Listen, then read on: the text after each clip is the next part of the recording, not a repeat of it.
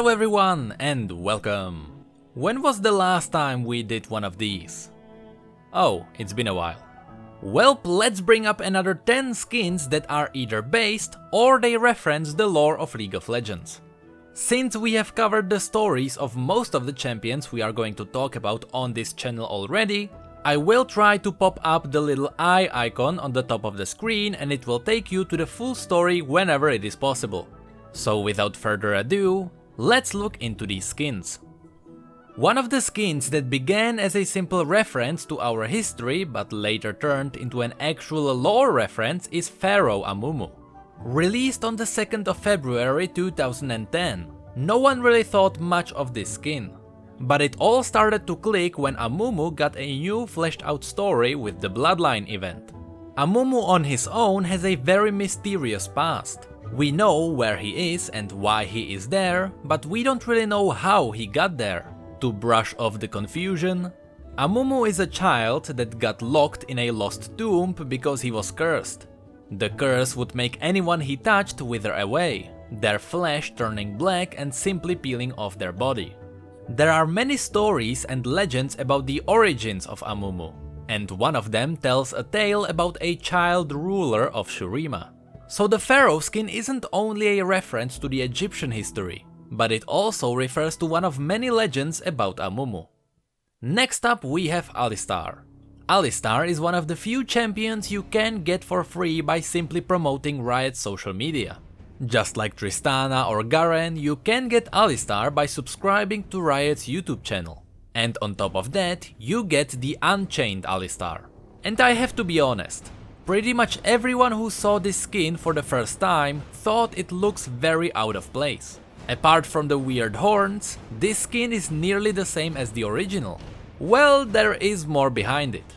I can't explain the weird horns, but I can explain the name of this skin and why it even exists. In Alistar's lore, we learn that he is from a tribe of Minotaur creatures. The story goes that the Noxian army lured Alistar away from his village so they could burn it to the ground without him interfering. Of course, when he returned and found his entire family dead, he burst into rage and killed everything that moved. But with the help of Noxian blood mages, they were able to soothe his rage and bring him into Noxus in chains. That's how he ended up in a Noxian arena as a gladiator. He later befriended Talia, a young servant girl who eventually freed him. And this is where our skin comes into play. The Unchained Alistar represents what would happen if he broke out and freed himself through fighting. You can see that this skin is far more battle scarred, and he is wearing that Noxian style belt. Next we have Brand. Brand has a lot of interesting skins. One of them even referencing Mr. Freeze from Batman. But the one skin I want to focus on is Spirit Firebrand. The meaning behind this one is hidden and it is tied to the very core of what Brand even is. Long time ago, in a place called Lokfar in Freljord, Nordic warriors often traveled out and seeked glorious battles. One of these marauders was Kagan Road. He and his fellows were sailing around and looking for treasures, when they saw a dancing light in the distance. As they got closer, they found it was coming from a frozen cave covered in ancient runes they couldn't read. Inside, there was a dancing fire spirit. Kagan was the first one to step near it, and when he did, the dancing flame before him consumed him and created what we now know as Brand. The Spirit Firebrand refers to the spirit which burned inside the cave for millennia before possessing the body of Kagan. Next we have to talk about Manliness Incarnate. Braum is one of many champions who was blessed with a skin from the Dragon Slayer series. Originally, these Dragon Slayers were all Demacians, referring to Jarvan and his Demacian team gathering together and hunting dragons. But later it expanded to champions who have dragon slaying as part of their story. Or in Pantheon's case, we know he comes from a place that includes dragons. When Braum was released, his teaser told us about the tales told about him. The thing is, unlike the tales of, let's say, Amumu, the tales about Braum are almost all true. He really did punch through a mountain, he saved the drowning goats, and he served lava on his shield. And yes, he did wrestle dragons. That's why the Dragon Slayer skin was his launch skin. Just like Braum, Graves also had a launch skin directly referencing his lore. Most people know that Cutthroat Graves is a skin which shows us what he looked like when he was young. But Jailbreak Graves was originally meant to reference the fact that with the help of his magic-powered shotgun, he freed himself from a prison. I don't know the exact reason why this skin became legacy, but it could be because of one of these two reasons. Either no one liked the skin and they thought it would make them more money if they turned it into a legacy skin and in the process gave it a collection value, or, despite the reason why it was created, the skin looked nothing like Graves. The face is different, the clothing is totally different, and the gun is far too futuristic.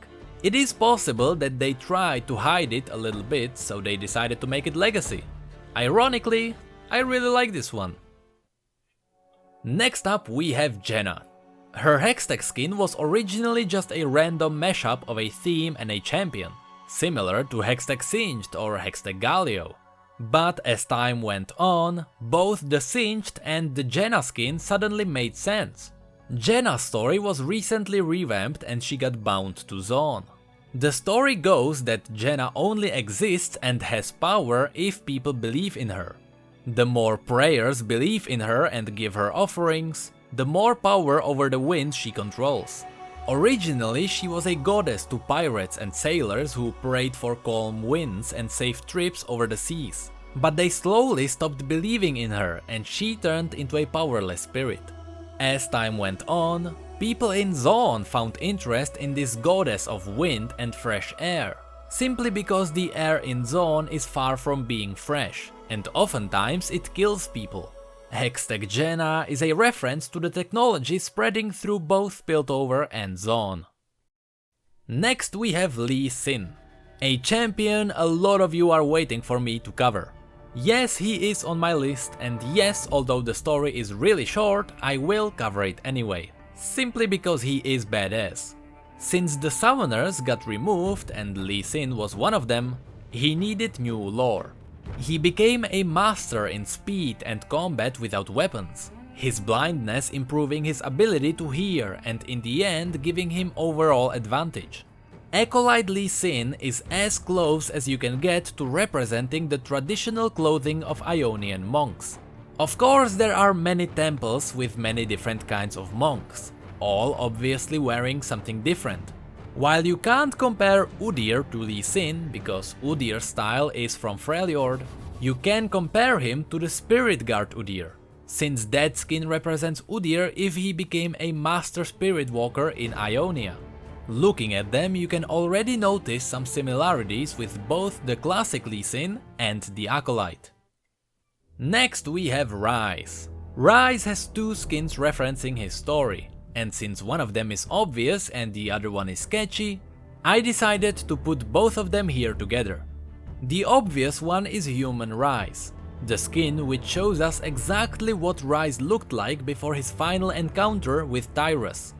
The sketchy one is Triumphant Rhys, which by the way Riot owes me the skin, but they said the case is too old and they can't do anything about it. You can get this skin only by winning an official League of Legends tournament. While this skin is not canon anymore, the new version of it represents the story of the past. After his visual rework, this skin was remade as a remembrance to the old Tribunal lore bound to the summoners. It heavily shares the art theme with what used to be the summoning chambers and the old League of Legends. Then we have Poppy. Again, Poppy has two story-based skins, but since one of them is not that impressive, I decided to put them both here too. Noxus Poppy obviously shows us what would happen if she ventured into Noxus instead of Demacia. But that doesn't mean her current armor is fully Demacian. Yes, it would make sense that on her adventures around Demacia she would collect some proper local armor, but not on the scale of the Noxian skin. That one is fully themed around Noxus, and the counterpart to that one is Battle Regalia Poppy. this skin shows us Poppy in full Demacian royal armor. And at the same time, it shows us what she would look like if she joined the Demacian military instead of finding the owner of Hammer of Orlon. And the final skin on this list would be Talia's only skin. While some may think that this is a simple reference to Frozen, it is actually a reference to her story after the Ionian War and before the events of Bloodline. At the end of the Bird and the Branch story, Yasuo tells her exactly how to get back to her family. He told her to use her abilities to slide down the mountains of Freljord, which would be the fastest way to get to Shurima. The splash art of these skins show us that she really is sliding down these frozen cliffs. And that is it for the third list of skins based on lore. If you enjoyed this video and you like the lore of League of Legends, consider subscribing to this channel as the stories are slowly piling up. You can also follow us on Twitter, Facebook and Discord, where I try to be active every day. And with that, thank you so much for watching this video and for your feedback. You know I really appreciate it. And as always, thank you again.